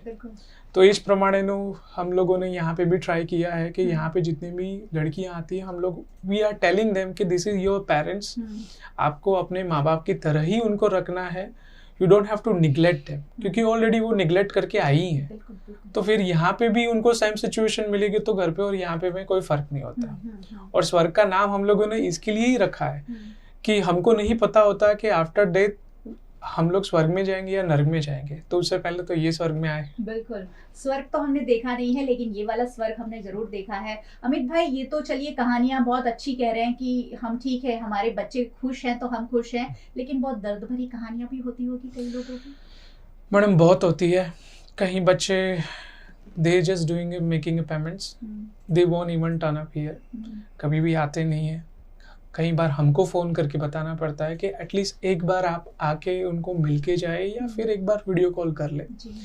या कहीं ना कहीं उनके पेरेंट उन्हें याद तो करते ही होंगे, बहुत याद करते हैं। कहीं ऐसे भी जो सीनियर सिटीजन्स है कि वहाँ पे जो रहते हैं उनको एवरी डे वो दे आर रिमेम्बरिंग देम, रोते भी है, पर उसके बाद मुझे उनको बोलना पड़ता है कि चलो आप छोड़ दो, आपका लड़का अभी जो है वो भूल जाओ, अभी मैं आपका लड़का, ये जो स्टाफ आपको लुक आफ्टर कर रहे हैं वो आपकी लड़कियाँ, बाकी जो फैमिली मेम्बर है उनको आप इतना जो भी याद कर रहे हो, हम लोग भी ट्राई कर रहे हैं कि वो एक बार आके एटलीस्ट उनके साथ एक बात करें तो अच्छा रहता है। क्योंकि कोई भी सीनियर सिटीजन जो होता है, they don't require the money, they don't require the any luxurious life, only they require the one emotional touch. एक बार उनके साथ बात करते हो, उनको दूसरा कुछ भी नहीं चाहिए। बात करते करते भी मेरे रोंगटे खड़े हो रहे हैं, क्योंकि वो जो सिचुएशंस होती है वो बहुत शायद दर्दनाक भी होती होगी, क्योंकि ये जो बुजुर्ग नागरिक हैं उन्होंने अपने माता पिता के साथ, दादा दादी के साथ, नाना नानी के साथ पूरी जिंदगी बिताई है। उन्होंने अपने समाज व्यवस्था में यही देखा है कि सब लोग साथ मिलकर रहते हैं, लेकिन आने वाले समय में ये संभव नहीं है। कई कहानियां बहुत हैप्पी भी है और कई कहानियां सैड भी है। जहां बच्चे विदेश में हैं इसलिए माता पिता को रखा है, उनका ध्यान भी रखते हैं। कुछ लोग यही है, भारत में है, लेकिन फिर भी अपने माता पिता का ध्यान नहीं रखना चाहते हैं, इसलिए भी वो स्वर्ग में है। चलिए, जीते जी स्वर्ग में होना कोई बुरी बात नहीं है जब इतने अच्छे से ध्यान रखा जाए। कामिनी बहन कह रही है कि हमारा बहुत अच्छे से ध्यान रखा जाता है। प्रफुल्ल भाई भी यही कह रहे हैं। प्रफुल्ल भाई, पूरे दिन आप यहाँ जो एक्टिविटी करते हैं, आपकी उम्र के लोगों के साथ रहते हैं, तो कैसा फील करते हैं? अब जो दिन बचे हैं उसे कितना पॉजिटिवली और कितना खुशी के साथ बिताना चाहते हैं? मेरे मौज ठिकाना है स्वर्ग में, वो मेरे से छोटा उम्र में कम वाला है। मैं इसके साथ बैठता हूँ, बातचीत करता हूँ, भजन कीर्तन भी हम करते हैं, पंडित जी आते हैं, वीक में 2 टाइम आता है। इसी तरह जनरल प्रवृत्ति भी हमारे। दोस्त हैं आपके यहाँ पर? दोस्त तो कोई नहीं, दोस्त तो अमित भाई सेठ है। अमित भाई दोस्त है, अमित भाई बेटा दोस्त है। तो जो भी बोलो एक ही है हमारे लिए। तो और जब फेस्टिवल्स आते हैं तब तो जरूर परिवार की याद आती होगी। आते हैं, क्या करना पड़ा है, वो तो स्टेबलाइज इतना हो गया है। 15 साल में मेरा इंटेंशन मेन क्या था कि मैं तकलीफ, मेरे को बहुत तकलीफ हुई, लेकिन मेरे फैमिली को कोई तकलीफ नहीं होनी चाहिए। मैंने बहुत मेहनत किया, सबको आगे किया, इंजीनियर बनाया, डॉक्टर बनाया, सबको आगे बढ़ाने के लिए फॉरेन भेज दिया कि भाई मैंने तो तकलीफ बेटी, आप क्यों बैठने का।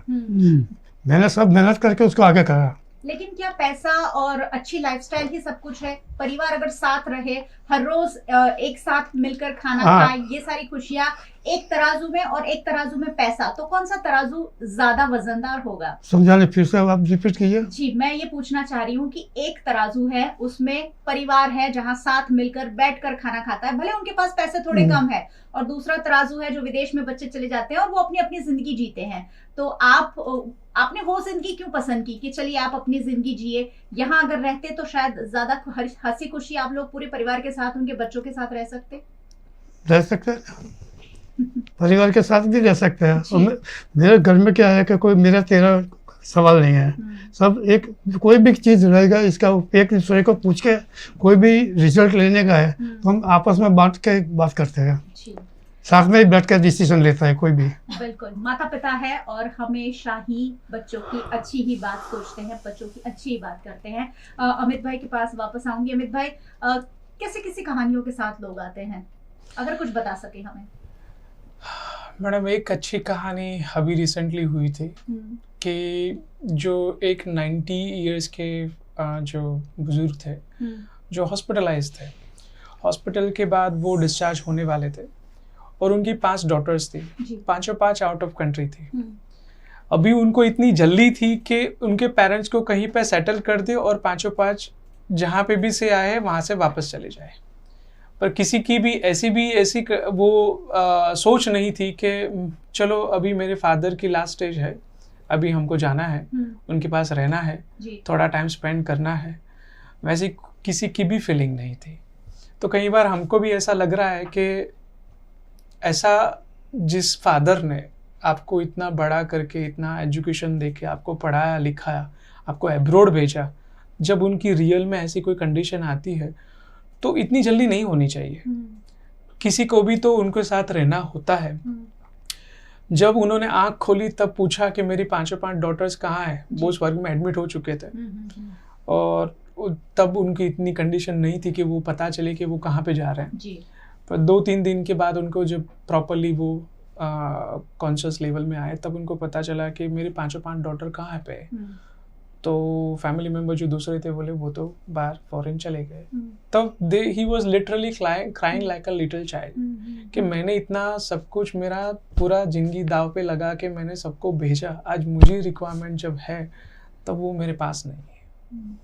तो मुझे यही कहना है जो भी यहाँ पे सुन रहे हैं कि बच्चों को बाहर भेजिए, पर नॉलेज लेके जो नॉलेज है वो अप्लाई इंडिया में कीजिए, क्योंकि इंडिया जो है, जैसे मैं भी 12-13 साल ऑस्ट्रेलिया रहा हूँ, वहाँ का परमानेंट रेसिडेंस भी हूँ, पर मैंने ये सोचा कि उससे बेटर ये है कि इंडिया में जो रिक्वायरमेंट है वो ज़्यादा है। Why can't we reach other, जो दूसरी कंट्री को रीच क्यों बनाए, हम हमारी कंट्री को रीच क्यों नहीं बनाए। जी अमित भाई, आपके पेरेंट्स कहाँ हैं? मेरे फादर जो थे वो एबीबी में थे, ही पास्ड अवे लास्ट ईयर। मेरे जो मदर है वो मेरे साथ रहते हैं, और जो मेरे फादर थे उन्होंने बहुत ही अच्छी तरह मेहनत करके मुझे वहाँ पे ऑस्ट्रेलिया भेजा था। जब मैं वापस आया तो उनका यही कहना था कि तू वापस क्यों आया, तुझे इतना पढ़ाई लिखाई करके वहाँ पे भेजा था तो वहाँ भी रहना था। पर मेरी सोच ऐसी थी कि मुझे पेरेंट्स के साथ रहना है, और जो केयर करनी है यहाँ पे जिसके बच्चे बाहर रहते हैं तो उनकी भी जो केयर करेंगे तो उनका ब्लेसिंग हम लोग ले लेंगे। तो आप इसी कॉन्सेप्ट के साथ वापस आए थे कि मैं ऑस्ट्रेलिया से यहाँ आकर यही करूँ। कितना आशीर्वाद मिलता है? मैडम बहुत मिलता है। जब भी कोई रिकवर होके घर पे जाता है, या कहीं ऐसे भी होते हैं कि अच्छा बीमार होते हैं तब स्वर्ग में छोड़ देते हैं, ऐसा भी होता है? ऐसा भी होता है जी। और कहीं ऐसा भी होता है कि बीमार नहीं होते पर फिर भी वहाँ पे क्योंकि अकेले हैं। और अकेले का सबसे बड़ा प्रॉब्लम है डिप्रेशन, लोनलीनेस। और जब भी लोनलीनेस आ जाती है तो जो भी बंदा होता है उनकी लाइफ एक्सटेंड लेवल जो होता है वो बहुत ही कम हो जाता है। तो उसकी वजह से भी यहाँ पे वो लोग रखते हैं। और कहीं ऐसे भी है कि जिनकी रिटायरमेंट लाइफ की रिक्वायरमेंट होती है विथ मेडिकल असिस्टेंस की, तो उसके लिए भी यहाँ पे रहते हैं। કામિનીબેન, કેટલું જીવવું છે? કેટલું જીવવું છે? કેટલા વર્ષ થયા? કેટલા વર્ષ? 63 63 કેટલું જીવવાનું? ખબર નહીં હવે એટલે ભગવાન જીવવાની ઈચ્છા કરીને કે હજુ તો હું સરસ છું, તાજી માજી છું તો જીવી હા સ્વર્ગમાં મજા આવે છે ને, એટલે વાંધો નથી ને કશું. શું ઈચ્છા છે હવે બાકી પ્રફુલભાઈ? કારણ કે બધું જ જીવનમાં મળી ગયું, સંતાનો વેલ સેટલ્ડ છે, તમે વેલ સેટલ્ડ છો, હવે શું ઈચ્છા છે કંઈક? બસ શાંતિથી અમિતભાઈ જોડે ટાઈમ પાસ કરીએ છીએ અત્યારે તો. કેટલા લોકો છો તમે? જી, કેટલા લોકો છો ત્યાં સ્વર્ગમાં? સ્વર્ગમાં લગભગ 50-60 માણસ હશે બધા જે ટોટલી. जी 90। वरिष्ठ नागरिकों का दिवस और 2 वरिष्ठ नागरिक अपनी अपनी बात, अपनी अपनी जिंदगी की कहानी बता रहे हैं। और ऐसी बहुत सारी कहानियां अमित भाई बता रहे हैं, क्योंकि ऐसे ही लोगों के बीच जीते हैं, रोज रोज जीते हैं, रोज रोज 50-60 माता पिता को, 90 कह रहे हैं आप, 90 वरिष्ठ नागरिकों को अपने माता पिता बनाकर उनकी सेवा करते हैं। उनके साथ उनका स्टाफ भी है। लेकिन आप सोचिए, एक माता पिता की सेवा करना कभी कभी हमारे लिए मुश्किल हो जाता है, अगर वो बीमार है, बेड रिडन है, या नहीं भी है तब भी बुजुर्ग नागरिकों की जो मेंटालिटी है वो थोड़ी सी बदल जाती है। उन्हें अटेंशन चाहिए, उन्हें कोई सुनने वाला चाहिए, और वक्त आजकल किसी के पास नहीं है। और ऐसे में आज इसलिए खास ये मुद्दा उठाया गया है कि हम विदेश में स्थायी तो होते हैं, लेकिन यहाँ जिन्हें हम छोड़ जाते हैं, जिन्होंने हमें पैदा किया, हमें उस काबिल बनाया कि हम अपनी जिंदगी, अपनी लाइफस्टाइल बहुत आलीशान तरीके से जी सके, और वो जब अकेलापन महसूस करते हैं तब ये गुलजार की लाइनें अपने आप ये याद आ जाती है कि हम अकेले नहीं हैं, लेकिन तुम्हारे बिना अकेलापन जरूर है। विदेश में स्थायी होना, उससे मैं बुरा नहीं समझती हूँ, लेकिन यहाँ रहकर परिवार के साथ हर एक त्योहार मनाना, एक त्योहार में साथ रहना, बॉन्डिंग रखना, ये हमारी भारतीय संस्कृति है। और इसीलिए आज इस मुद्दे को हमने उठाया है। કામિનીબેન, આજે વરિષ્ઠ નાગરિકોનો દિવસ છે, કંઈક કહેવા માંગશો તમારા જેવા બુઝુર્ગોને જે ઘણા ડિપ્રેસ થઈ જાય છે કે અરે અમારા બાળકો અમારી સાથે નથી, એવું કંઈ, તો તમને કંઈક સંદેશ આપવો છે? ના, અમિત સર છે ને એટલે અમારે બધું થઈ ગયું. अमित सर साथे खुश છો તમે? प्रफुल्ल भाई, आप कुछ कहना चाहेंगे वरिष्ठ नागरिकों से, सीनियर सिटीजन से, जो बहुत डिप्रेस रहते हैं, या ऐसा लगता है कि बस अभी तो भगवान उठा भी ले तो साરું? પણ આવું ડિપ્રેશન થવાની કોઈ જરૂર નથી. કોઈ સત્સંગ સારો કરો, ભજન કીર્તન કરો, કોઈ સારા માણસ જોડે બેસીને ડિસ્કસ કરો, પેપર વાંચો, સારા આર્ટિકલ એની અંદર આવે છે વાંચો. મારો કાર્યક્રમ તો રોજનો આ છે, અને દરેક જણ જોડે હું મિક્સ સારી રીતે થઈ જાઉં છું, કારણ કે કશું જોડે લઈ જવાનું નથી આપણે. बिल्कुल। अमित भाई, क्या संदेश रहेगा? आज वर्ल्ड सीनियर सिटीजन्स डे हम मना रहे हैं, और आधार है हमारे परिवार का, हमारी जिंदगी का आधार है वरिष्ठ नागरिक। और फिर भी हर एक घर में कहीं ना कहीं बुजुर्ग अकेलापन महसूस करता है, चाहे उसके संतान यहाँ है चाहे नहीं है, चाहे साथ में रह रहे तब भी कहीं ना कहीं उन्हें सुनने का हमारे पास वक्त नहीं होता है। पर मैं मैसेज एक ही पास करना चाहता हूँ कि जो भी सीनियर सिटीजन्स यहाँ पे अकेले रहते हैं, डिप्रेशन में, लोनलीनेस है, तो स्वर्ग ने भी एक नया एडवेंचर स्टार्ट किया है। स्वर्ग एक पहल, जिसमें जितने भी सीनियर सिटीजन्स वहाँ पे जो भी अकेले रहते हैं, वहाँ पे हम लोग 2 आवर्स वॉलेंटरी वहाँ पे उनको टाइम स्पेंड करते हैं। टाइम स्पेंड करने के बाद उनका पेपर पढ़ाना, न्यूज़पेपर पढ़ाना, फिर उनके साथ कोई बैंकिंग में जाना, या कोई डॉक्टर्स के साथ कोई विजिट पे कर लेके जाना हो, या फिर स्पेशली उनके साथ टाइम स्पेंड करना हो, तो we 2 hours voluntary we are supporting to the Vadodara senior citizen. कोई संस्था है वहाँ आप लोग जाते हैं, किस तरीके से? किसके घर पे? जैसे फॉर एग्जांपल प्रफुल्ल भाई है, प्रफुल्ल भाई उनके घर पे रहते हैं, अकेले रहते हैं। कई बार ऐसा लग रहा है कि मैं बहुत लोनलीनेस फील कर रहा हूँ, तो what we will do, he will call us कि ऐसा मुझे मेरी सिचुएशन है। सिंगल लोगों के लिए भी आप करते हैं? तो हम लोग फिर उनके घर पे जाते हैं, टाइम स्पेंड करते हैं, फिर ये सिंबल लेके ही जाते हैं ताकि उनको पता चले, क्योंकि ये अभी बहुत ही चल रहा है, फ्रॉड होता है। तो ये सब भी हम लोग कर रहे हैं। और दूसरा मैसेज ये भी पास करना है कि जब भी हम लोग अब सोच रहे हैं कि सीनियर सिटीजन्स हमारा आधार है, जिसकी वजह से आप खड़े हो, जैसे मैं खड़ा हूँ मेरे पेरेंट्स की वजह से, तो उसको कभी भी निगलेक्ट मत कीजिए। उनको कभी भी अगर लग रहा है कि उनका मैचिंग, कई बार ऐसा होता है कि जब बाहर फॉरेन चले जाते हैं तो उनका जो थिंकिंग लेवल है कम्प्लीटली ड्रास्टिक डिफरेंस हो जाता है, और जब 10 साल जब वहाँ पे रहते हैं तो उनको यही लगता है कि मेरे पेरेंट्स की ही गलती है। पर ये प्रॉब्लम क्या आता है कहाँ पे कि जो थिंकिंग लेवल है, जो आप बाहर फॉरेन एब्रोड का जो थिंकिंग लेवल लेके जाते हो और यहाँ के जो इंडिया का कल्चर का थिंकिंग लेवल, वो उसमें बहुत ही डिफरेंस आता है। तो उसकी वजह से वो मैच नहीं हो पाता है। और जब भी जब वो किसी के साथ मैरिज करते हैं, उनका भी वो होता है कि majority the person lives in abroad since long time, तो उनको भी जो जॉइंट फैमिली का भी कोई बॉन्डिंग ही नहीं बनता। तो बॉन्डिंग ही नहीं बनेगा तो वो उसका रिलेशंस कैसे मेंटेन करेंगे, और वो उनको वहाँ पे भी लेके जाएंगे एब्रोड में, तो they won't stay for 7 days 10 days, और 10 दिन के बाद वो बोल ही देंगे कि भाई मुझे वापस जाना, क्योंकि उनकी जो भी मैचिंग नहीं बनती। तो इसीलिए सामंजस्य बना के रखना पड़ेगा। अगर भारत की समाज व्यवस्था को हमें टिका के रखना है तो माता पिता, दादा दादी, नाना नानी तो बहुत ज़्यादा ज़रूरी है ही। उनके साथ उनको साथ लेकर हम कैसे आगे बढ़े, ये भी हमारे प्लान में ज़रूर होना चाहिए। विदेश में जाकर हम खूब ऊंचा नाम कमाएं, ये तो अच्छी बात है, लेकिन हमारे पेरेंट्स, हमारे रूट्स हमारे साथ जुड़े रहे। अगर हम रूट से कट जाएंगे तो शायद वो जो ग्रो होगा, वो ग्रो शायद भारत का नहीं होगा, वो शायद विदेश का होगा। तो बहुत बहुत शुक्रिया आप सबका, आप सब हमारे साथ जुड़े। और आज इस खास दिवस पर बहुत इंपॉर्टेंट टॉपिक पर बात हुई है कि वरिष्ठ नागरिकों का सम्मान, आदर और थोड़ी सी केयर वो तो करनी बनती है। VNM पर आप ये प्रसारण देख रहे हैं। VNM का YouTube चैनल है, अगर अब तक सब्सक्राइब नहीं किया है जरूर कर लीजिए और बेल आइकन प्रेस कर दीजिए ताकि VNM का हर अपडेट लगातार आप तक पहुंच सके। आप फेसबुक पर देख रहे, शेयर जरूर कीजिए, क्योंकि ये बातें देश दुनिया के हर नागरिक तक पहुंचना जरूरी है जो भारत का है।